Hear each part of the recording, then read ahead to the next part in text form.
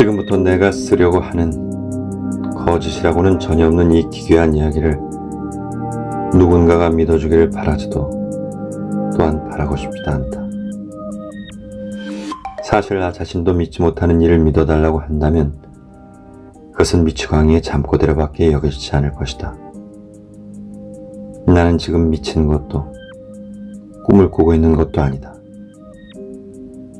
그러나 내일이면 나는 죽음을 맞이하게 된다. 그래서 오늘이 가기 전에 내 마음의 무거운 짐을 내려놓고 싶다. 아무튼 나는 지금부터 우리 집에서 일어난 일련의 사건을 있는 그대로 아무런 설명도 덧붙이지 않고 세상 사람들에게 이야기하려 한다. 그 사건은 결과적으로 나를 공포에 빠뜨렸고 번민을 안겨주었으며 끝내 나를 파멸로 몰아넣었다. 그러나 그 사건에 대해 시골껏 설명하고 싶지는 않다. 그것은 나에게 공포감을 안겨주었지만 세상 사람들에게는 그저 터무니없는 괴담으로 여겨질지도 모르기 때문이다. 그래야 마침내는 내 악몽조차 흔히 있는 시시한 일로 넘겨버리는 지성적인 사람이 나타날 것이 틀림없다. 나보다 냉정하고 논리적이며 훨씬 더 침착한 그 사람은 내가 지금 두려움에 떨며 얽혀있는 사건 속에서 아주 당연하게 여겨지는 연속된 인과관계를 찾아낼 수 있을 것이다. 나는 어릴 때부터 온순하고 인정이 많았는데 마음이 너무 여려 친구들의 놀림거리가 될 정도였다. 특히 동물을 좋아했던 까닭에 부모님은 내가 원하는 대로 여러 가지 애완동물을 사다 주셨다. 나는 날마다 그 동물들과 함께 지냈고 그들에게 먹이를 주거나 머리를 쓰다듬어 줄 때 가장 큰 즐거움을 느꼈다.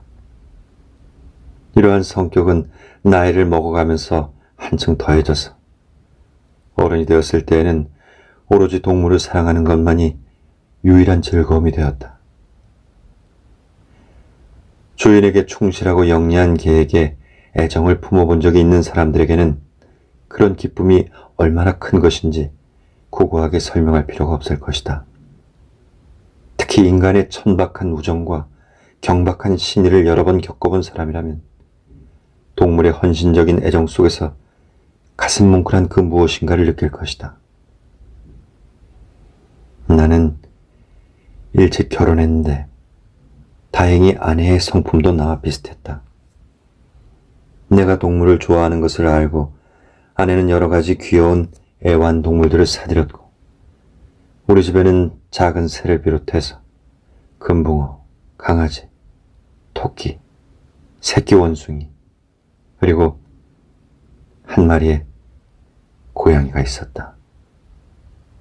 그 중에서도 고양이는 몸집이 무척 크고 멋진 녀석으로 온몸이 새까맣고 매우 영리했다.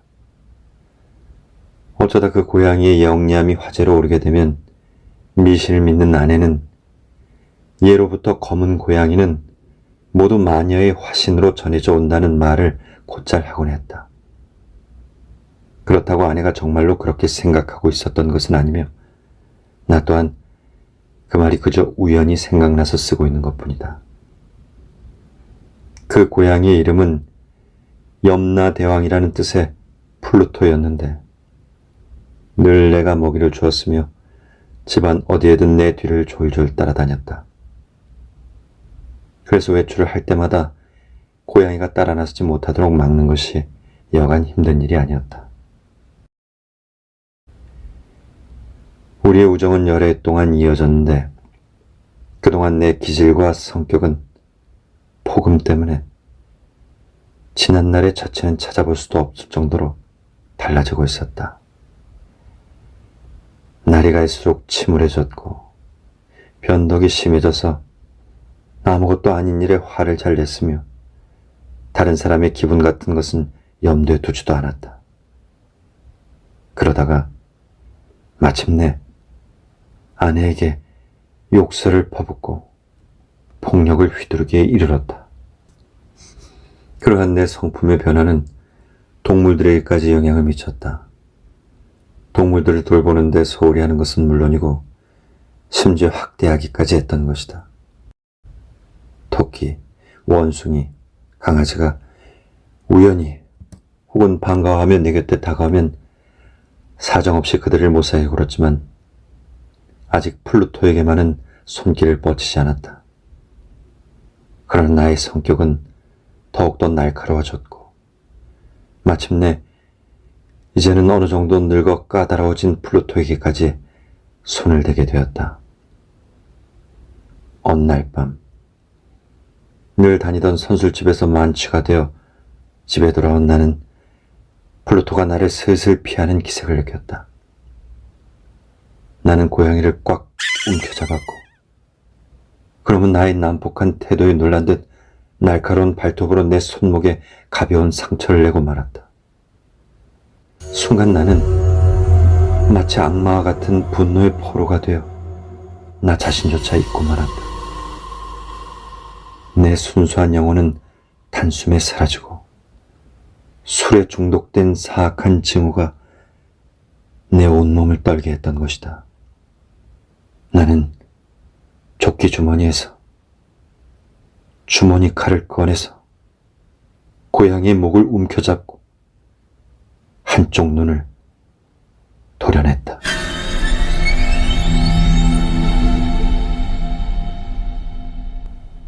이 무섭고 잔인한 행위를 쓰려니 얼굴이 화끈거리고 온몸이 달아오르며 소름이 끼친다.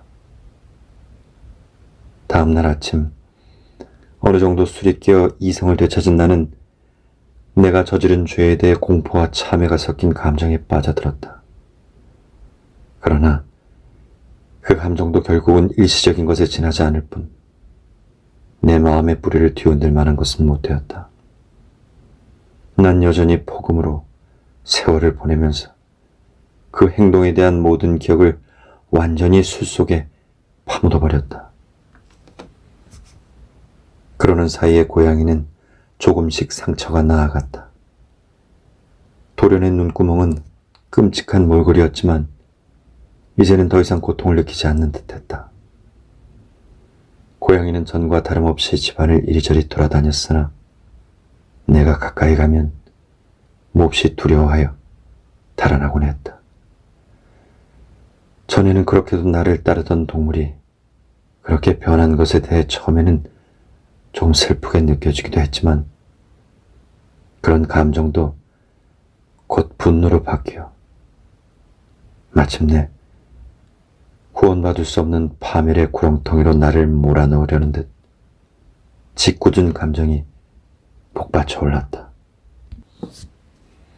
이러한 인간의 근성에 대해 철학은 아직까지 아무 설명도 없지만 이런 근성이야말로 인간의 마음에 내재해 있는 원초적 충동의 하나이며 인간의 성격을 형성하는 근원적 기능 또는 감정의 하나이다. 나는 그것을 내 영혼이 실제로 존재하듯 믿어 의심치 않는다. 세상에는 해서는 안 된다는 것을 알면서도 몇 번이고 되풀이하여 어리석은 짓을 저지른 사람이 얼마나 많은가. 법률을 어기고 싶은 욕구가 늘 우리에게 있는 것은 아닐까. 그 짓궂은 감정이 나를 파멸로 끌어들였다.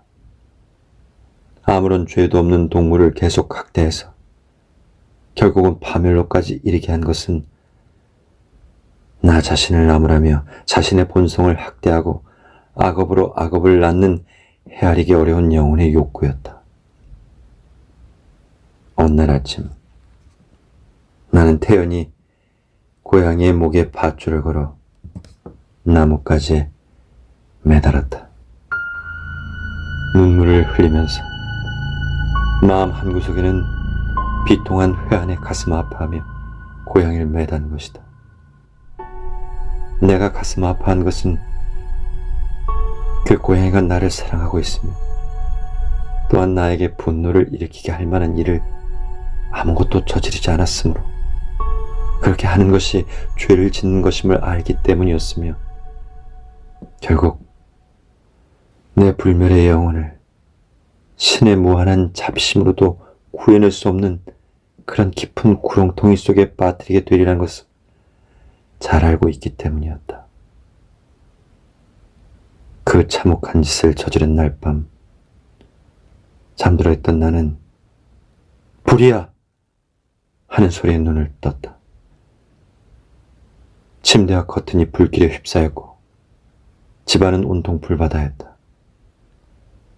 아내와 하녀와 나는 가까스로 빠져나왔지만 집은 몽땅 타버렸다. 내 재산은 모조리 재가 되었으며 그 후로 나는 절망의 수렁 속에서 헤어나지 못했다.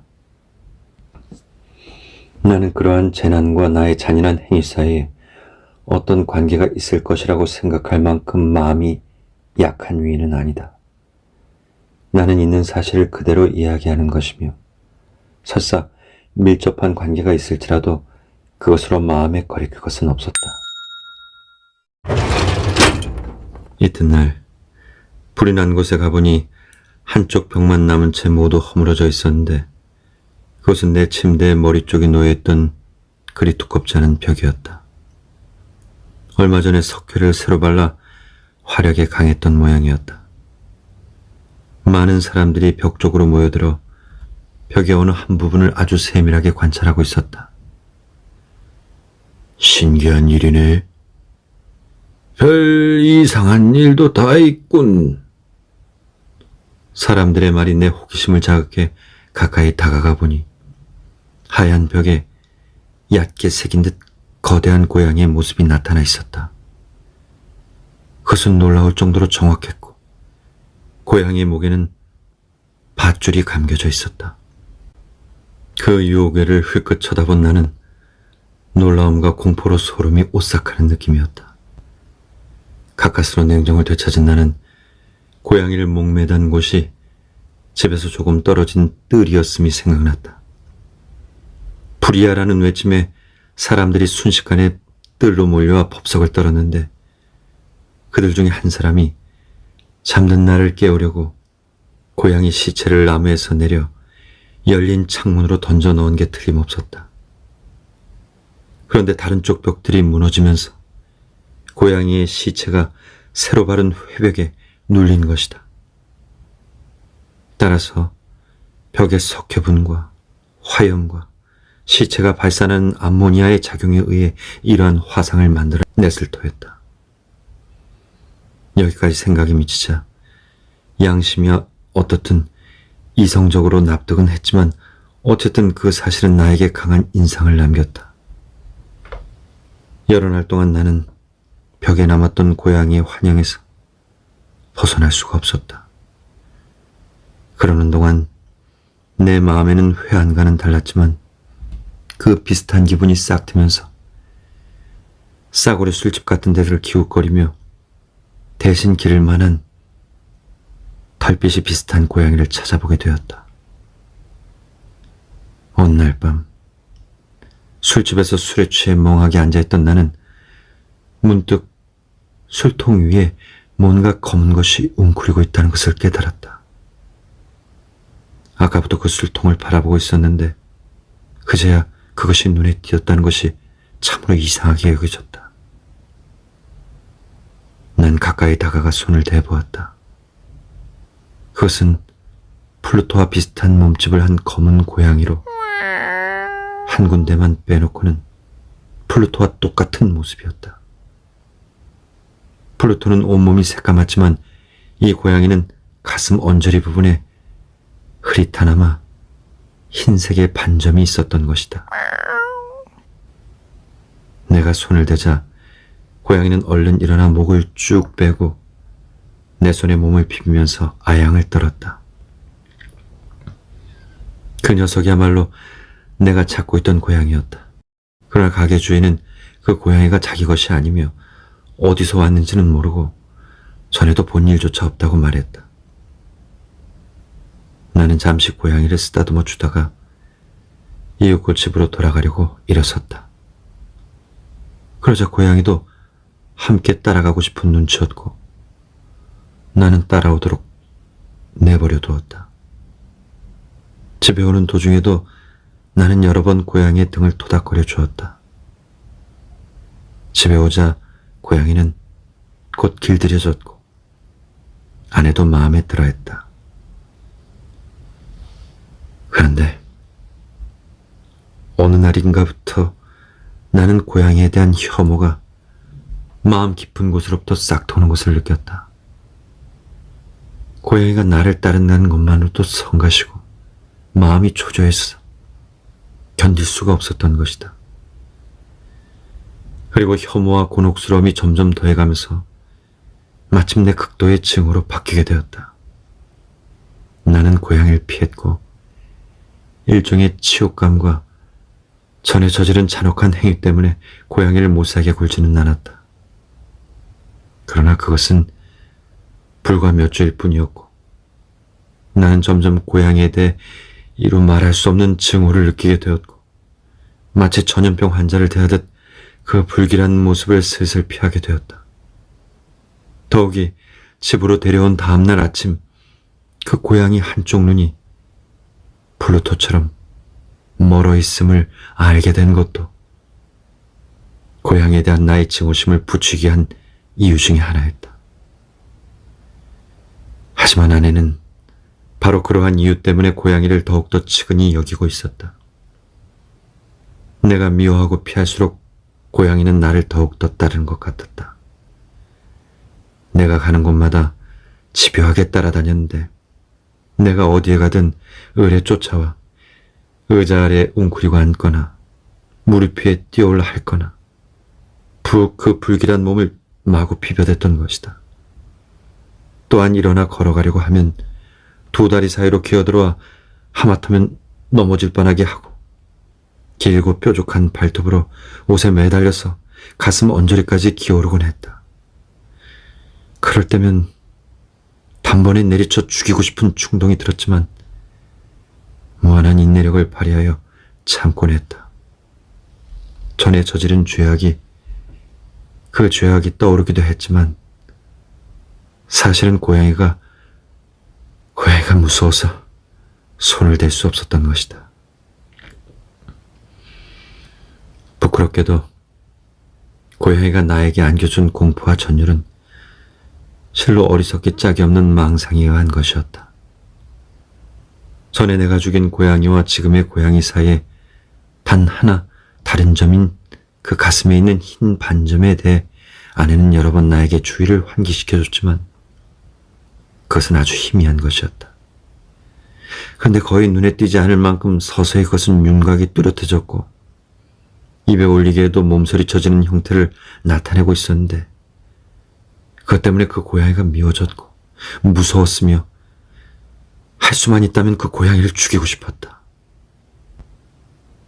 그 반점은 등골이 오싹할 정도로 무서운 그런 교수대의 올가미처럼 그런 모습을 드러내고 있었다. 이제 나의 비참함은 이 세상에 존재할 수 있는 비참함을 훨씬 넘어선 것이었다. 겨우 한 마리의 짐승이, 내가 진심으로 경멸해서 죽여버린 짐승과 같은 종류의 짐승이 하나님의 모습과 똑같이 창조된 인간인 나에게 헤어날 길 없는 괴로움을 주다니. 이미 나는 밤이든 낮이든 안식의 기쁨을 찾지 못했다. 낮 동안에는 잠시도 그 고양이가 내 곁을 떠나지 않았으며 밤에는 밤대로 이루 말할 수 없이 무서운 꿈에 시달려서 거의 한 시간마다 잠에서 깨어나야만 했던 것이다. 잠에서 깨어보면 그 불길한 짐승의 뜨거운 입김이 내 얼굴에 덮쳐왔으며 묵직한 무게가 나로서는 뿌리칠 힘이 없는 악마의 화신이 내 가슴 위에 얹혀있는 그런 느낌을 느끼곤 했다. 그러한 고통에 짓눌려 나는 점점 내 마음속에 남아있던 아주 작은 선심조차 내던져버렸다. 사악한 생각, 흉악한 생각이 내 유일한 마음의 반려가 되었고 그러한 성격은 점점 심해져서 주위에 있는 모든 것, 모든 사람들을 미워하기에 이르렀다. 나의 돌발적이고 억누를 수 없는 경로의 발작을 누구보다 괴로워하고 누구보다 참을성 있게 견뎌주는 피해자는 오로지 아내뿐이었다. 그러던 어느 날 지하실에 볼 일이 있어 아내와 함께 내려가고 있었다. 고양이도 나를 따라 가파른 층계를 내려왔는데 그 때문에 하마터면 나뒹굴 뻔했던 나는 갑자기 흥분하고 말았다. 나도 모르게 손도끼를 집어든 나는 너무도 격분한 나머지 그때까지 나를 억누르고 있는 공포도 잊고 고양이를 향해 내리찍으려 했다. 만일 생각대로 내리쳤다면 고양이는 그 자리에서 숨이 끊어져 버렸을 것이다. 그러나 그 일격은 아내의 손길에 의해 멈춰졌는데 순간 나는 분노에 휩싸여서 아내에게 도끼를 휘둘렀고 아내는 비명도 제대로 지르지 못하고 그 자리에 푹 쓰러졌다.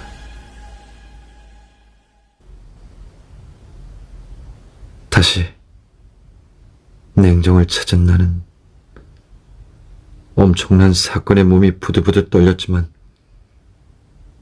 곧이어 신중하게 아내의 시신을 감출 방법을 골몰하였다.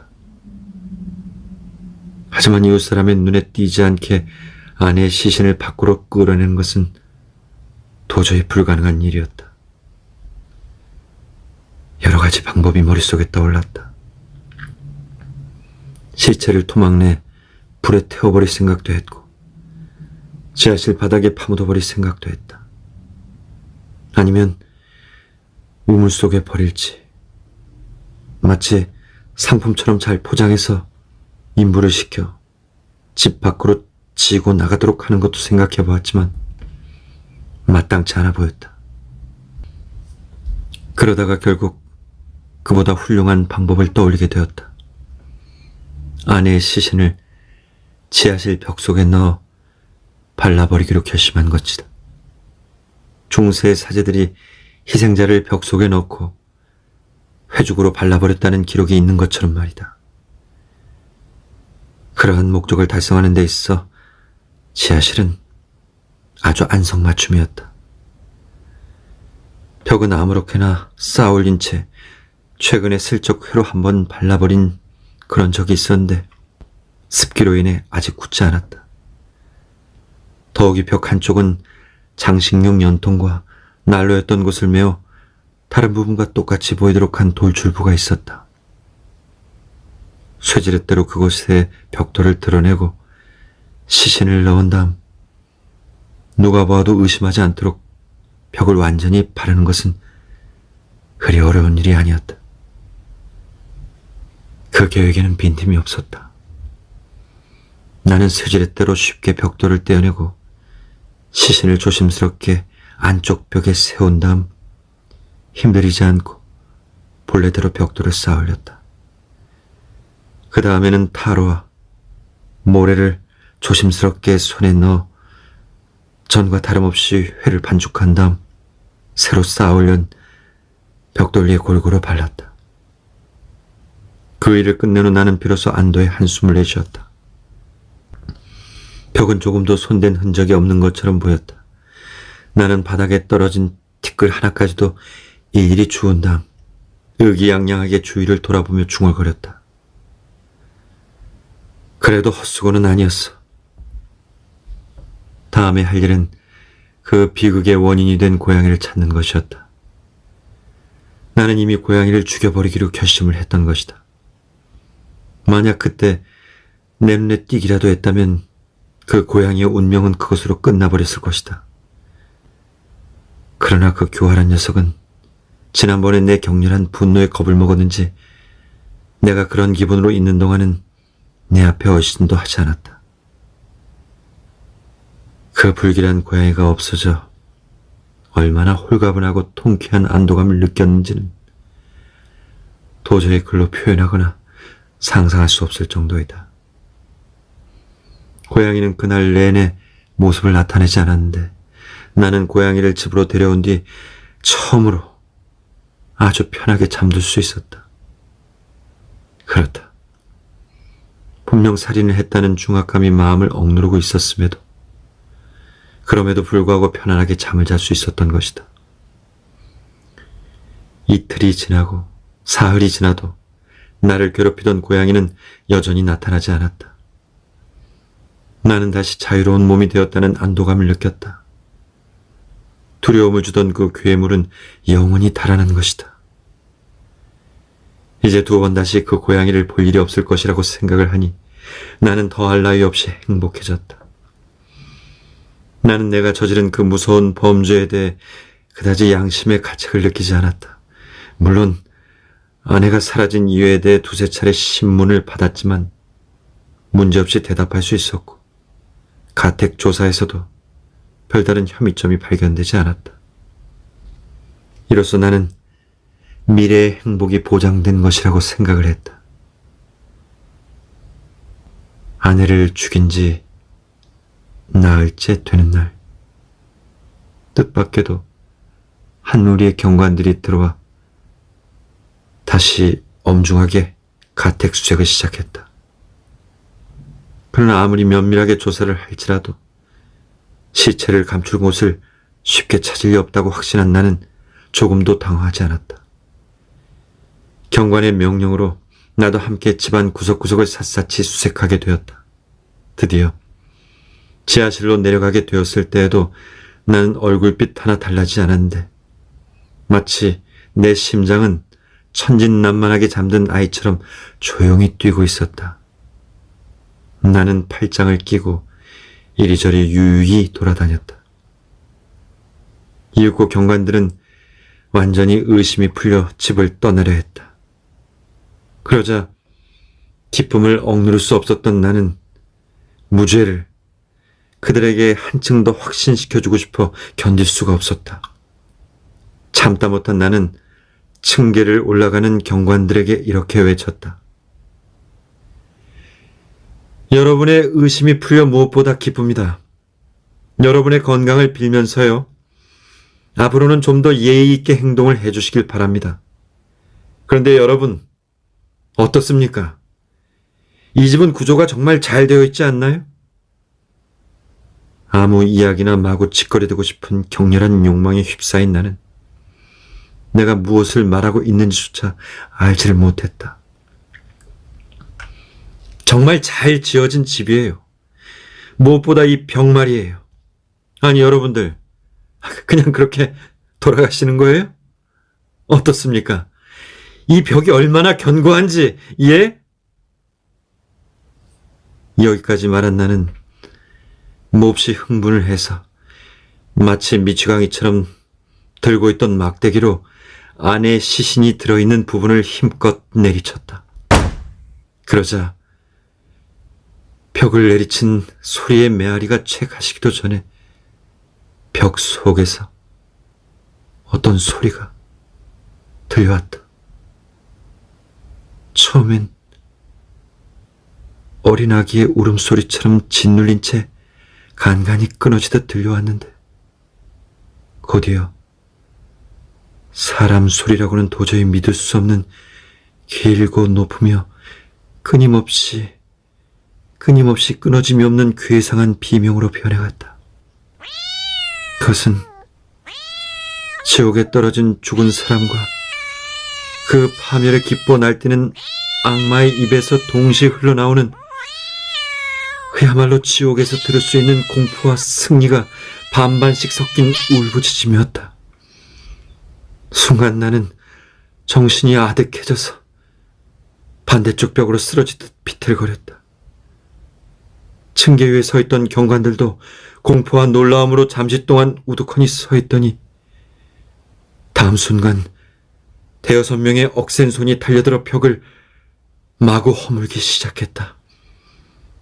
벽은 와르르 무너졌고 이미 썩고 핏덩어리가 말라붙은 시체가 여러 사람들 앞에 우뚝 나타났다. 그리고 그 머리 위에는 시뻘건 입을 이렇게 벌린 채 외눈을 부릅던 그 무서운 고양이가 나로 하여금 살인을 하도록 원인을 제공했던, 지금은 그 비명소리로 나를 저 교수대의 올가미로 이끈 고양이가 앉아 있었다. 난 그 괴물을 아내의 시신과 함께 넣고 그대로 발라버렸던 것이다.